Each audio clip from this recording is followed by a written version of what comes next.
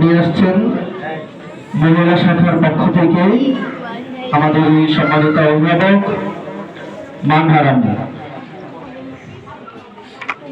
বিসমিল্লাহির রহমানির রহিম। সর্বপ্রথমে আমি শুকরিয়া আদায় করছি আলহামদুলিল্লাহ।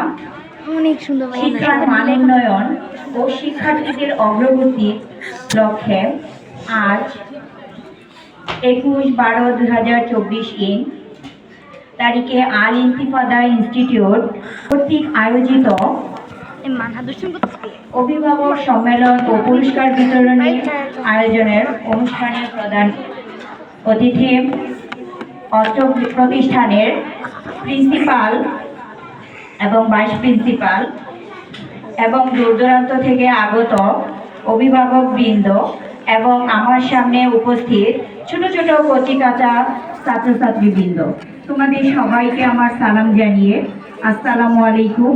আমি আমার বক্তব্য উপস্থাপন করছি। আমি সর্বপ্রথমেই ধন্যবাদ জানাই উপস্থাপককে যে আমাকে এইখানে দাঁড় করানোর জন্য, দুইটি কথা বলার সুযোগ দেওয়ার জন্য। এখানে আমরা সবাই একত্রিত হয়েছি কিছু আকাঙ্ক্ষা নিয়ে, যে আকাঙ্ক্ষাগুলো আল ইন্তিফাদা ইনস্টিটিউট পূরণ করতে সচেষ্ট এবং অঙ্গীকারবদ্ধ।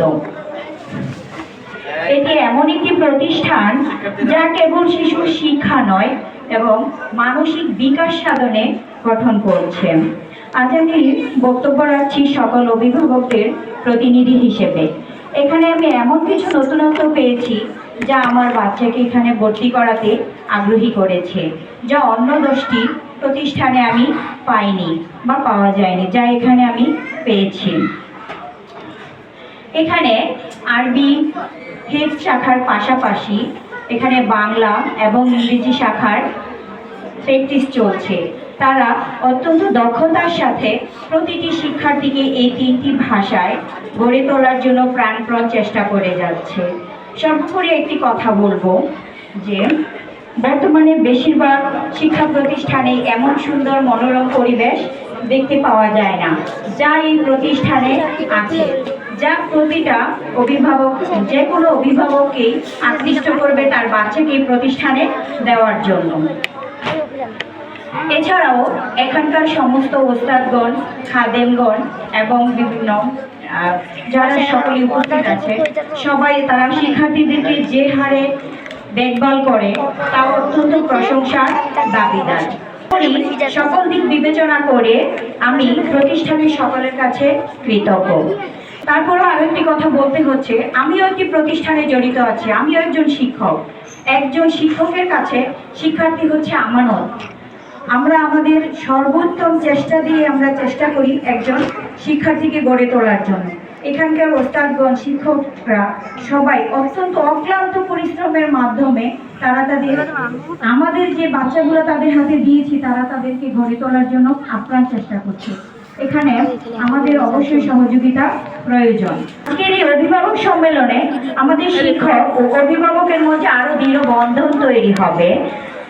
এতে এই প্রতিষ্ঠানের মান আরো উন্নত হবে। এখানে এই প্রতিষ্ঠানটি আমাদের পুলিশ হাউজিং এর ভিতরে প্রতিষ্ঠিত হওয়ায় এখানে নিরাপত্তা নিয়ে আমাদের কোনো চিন্তিত হওয়ার কিছু নেই।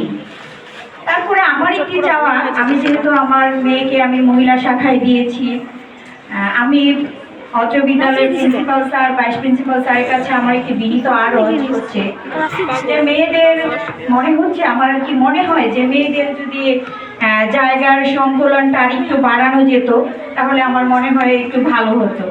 এটা আমি বিনীতভাবে আরজ করছি, যদি মেয়ে শাখার জন্য সামনের যে বারান্দাটা আছে তা যদি ওদের ব্যবস্থা করে দেওয়া হয় তাহলে ওরা ছেলেদের মতো ওরাও একটু বিকেলবেলা সময়টা ওদের ভালোভাবে কাটানোর জন্য শারীরিক এবং মানসিকভাবে প্রিপারেশনে থাকতে পারবে। এটা আমার একটা বিনীত আরজ অত্র বিদ্যালয়ের প্রিন্সিপাল স্যারের কাছে।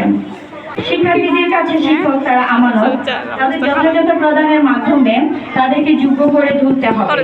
শিক্ষা ব্যবস্থাকে আরো বেগবান করতে হলে আমাদের সকলকে একত্রিতভাবে সম্মিলিতভাবে কাজ করতে হবে।